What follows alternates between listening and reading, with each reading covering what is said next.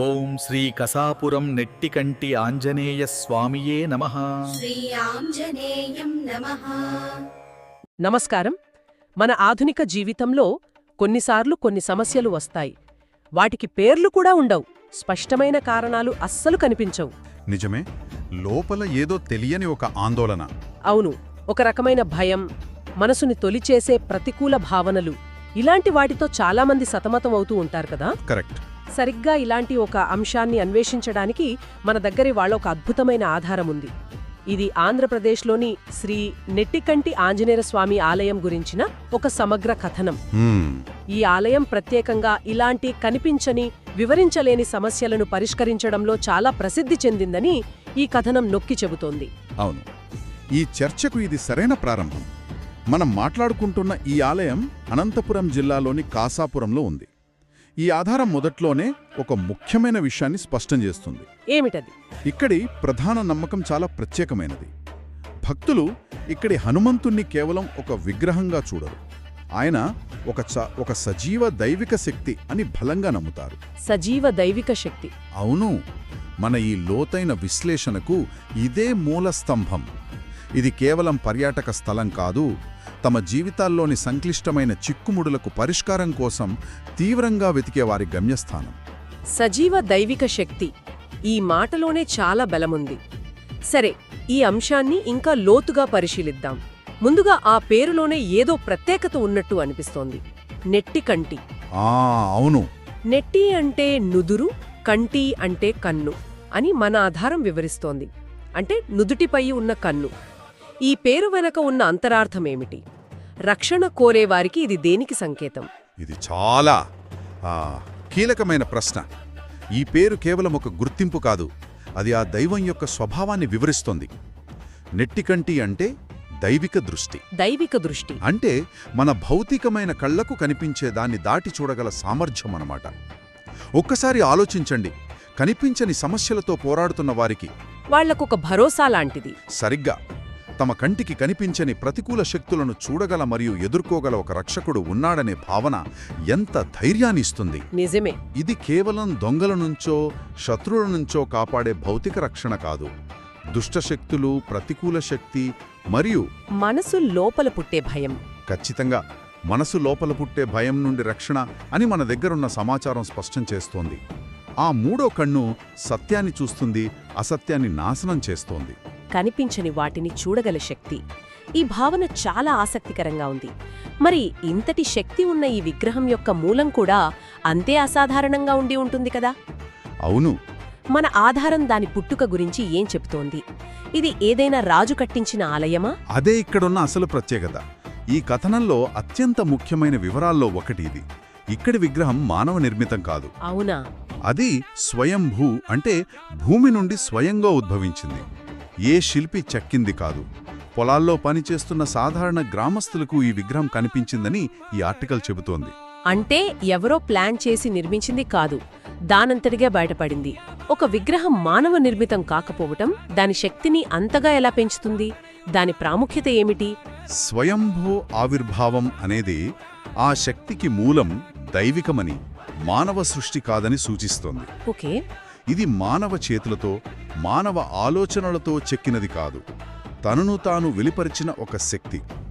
దీనివల్ల ఆ శక్తికి మానవ పరిమితులు లేవనే నమ్మకం భక్తులలో బలంగా నాటుకుపోతుంది. అంటే మనకు అర్థం కాని సమస్యలకు మన అవగాహన కందని ఒక పరిష్కారం దొరుకుతుందనే ఒక భరోసా అన్నమాట. సరిగ్గా. It's like saying your problem is beyond human understanding, but so is our solution. విగ్రహం దొరికిన తర్వాత జరిగిన అద్భుతాలు. అద్భుతాలా? అవును. అనారోగ్యంతో ఉన్నవారు కోలుకోవడం, భయం తొలగిపోవడం వంటివి దాని ఆధ్యాత్మిక అధికారాన్ని మొదటి నుంచే స్థాపించాయని ఈ కథనం వివరిస్తోంది. ఇక్కడే ఈ విషయం మరింత ఆసక్తికరంగా, ఇంకా చెప్పాలంటే సంక్లిష్టంగా మారుతోంది. ఈ ఆధారం ఈ ఆలయం కేవలం ప్రశాంతతనిస్తుందని చెప్పి ఆగిపోలేదు.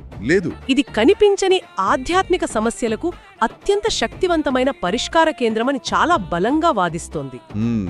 చేతబడి ప్రభావాలు, దుష్ట శక్తులు, మానసిక భయాన్ని తొలగిస్తుందని చాలా గట్టిగా ప్రస్తావించింది. ఇది చాలా సాహసోపేతమైన వాదన కదా. నిజమే. ఇదే ఈ ఆలయం యొక్క ప్రధాన గుర్తింపు. చాలా ప్రదేశాలు సాధారణ మానసిక ప్రశాంతతను అందిస్తాయి, కాని మన దగ్గరున్న సమాచారం ప్రకారం ఈ ప్రదేశానికి ప్రత్యేకంగా తమ సమస్యలకు పేరు పెట్టలేని వాళ్ళు. ఎవరికీ వివరించలేని బాధలతో ఉన్నవారు. కరెక్ట్. అలాంటివారు వస్తారు. తెలియని భయం లేదా ఆధ్యాత్మిక కలతతో బాధపడేవారు ఇక్కడ ఉపశమనం పొందుతారని ఈ ఆర్టికల్ పదే పదే నొక్కి చెబుతోంది. అంటే ఇది అభౌతిక ప్రపంచంతో ప్రత్యక్ష సంబంధాన్ని సూచిస్తోందా? ఒక రకంగా అవును. ఆధ్యాత్మిక శ్రేయస్సు కోసం జరిగే ఒక పోరాటాన్ని సూచిస్తోంది. ఇక్కడికి వచ్చేవారు కేవలం కోరికలు కోరుకోవడానికి రారు. తమను పీడిస్తున్న ఒక అదృశ్య శక్తి నుండి విముక్తి కోసం వస్తారు. ఆధారం ప్రకారం అక్కడ చేతబడి వంటి సమస్యలు కూడా తొలగిపోతాయని గట్టిగా చెబుతున్నారు. ఇప్పుడున్న ఆధునిక ప్రపంచంలో ఇలాంటి నమ్మకాలను కొంతమంది సందేహించవచ్చు కదా? ఖచ్చితంగా సందేహించవచ్చు. మరి ఈ ఆలయం యొక్క ప్రత్యేకత కేవలం నమ్మకం మీద ఆధారపడి ఉందా, లేక అక్కడి వాతావరణంలో నిజంగా ఏదైనా అనుభూతి కలుగుతుందా? చాలా మంచి ప్రశ్న. ఈ కథనం ఈ రెండింటి మధ్య ఉన్న గీతను చెరిపేస్తుంది. నమ్మకం అనుభూతిగా, అనుభూతి నమ్మకంగా మారే ప్రదేశమిది. ఓ, ఆసక్తికరంగా ఉంది. ఒకరి అనుభవం మరొకరి విశ్వాసాన్ని బలపరుస్తుంది. ఈ సామూహిక విశ్వాసం అక్కడి శక్తిని మరింత పెంచుతుంది. అయితే ఇది కేవలం నమ్మకం మాత్రమే కాదు, అక్కడి అనుభూతి కూడా ఒక ముఖ్య పాత్ర పోషిస్తుందని మన ఆధారం వివరిస్తోంది. సరే, ఆ విషయానికి మనం వద్దాం. కాని ముందు ఈ శక్తి స్వరూపం గురించి మాట్లాడుకోవాలి. ఆ దైవం యొక్క స్వభావమేమిటి? అవును, ఆ శక్తికి హనుమంతుడి సహజ స్వభావానికి ప్రత్యక్ష సంబంధముందని ఈ ఆర్టికల్లో రాశారు. ఆయన బలం, ధైర్యం, భక్తికి ప్రతీక. పురాణాల్లో రాక్షసులను ఓడించి సత్యాన్ని కాపాడినవాడు. ఈ పౌరాణిక భావన ఈ రోజుల్లో కనిపించని భయాలతో పోరాడుతున్న ఆధునిక సాధకుడి అనుభవానికి ఎలా వర్తిస్తోంది? ఈ సంబంధం చాలా చాలా కీలకమైనది. ఇక్కడి దైవిక శక్తి నిష్క్రియాత్మకమైనది కాదు, అది చురుకైనది, క్రియాశీలకమైనది. ప్యాసివ్ కాదు, యాక్టివ్. అవును, హనుమంతుని సన్నిధి భక్తులకు ధైర్యాన్నిస్తుంది మరియు భయాన్ని పోగొడుతుంది అనే ఆధారం చాలా స్పష్టంగా చెప్తోంది. అంటే నిస్సహాయంగా భావించేవారికి ఇదొక రకమైన ఆధ్యాత్మిక బలాన్ని అందిస్తుందన్నమాట. సరిగ్గా. ఇది కేవలం ఓదార్పు పొందడం గురించి కాదు, తమ సొంత రాక్షసులను, అవి అంతర్గత భయాలు కావచ్చు లేదా బాహ్య ప్రతికూల ప్రభావాలు కావచ్చు, ఎదుర్కొనే శక్తిని పొందడం గురించి. అంటే ఇక్కడ కేవలం ప్రార్థించి మనశ్శాంతి పొందడం కాదు, ఒక రకమైన ఆధ్యాత్మిక యుద్ధంలో మనకు తోడుగా ఒక శక్తిని ఆహ్వానిస్తున్నట్టుంది. సరిగ్గా అదే పదం.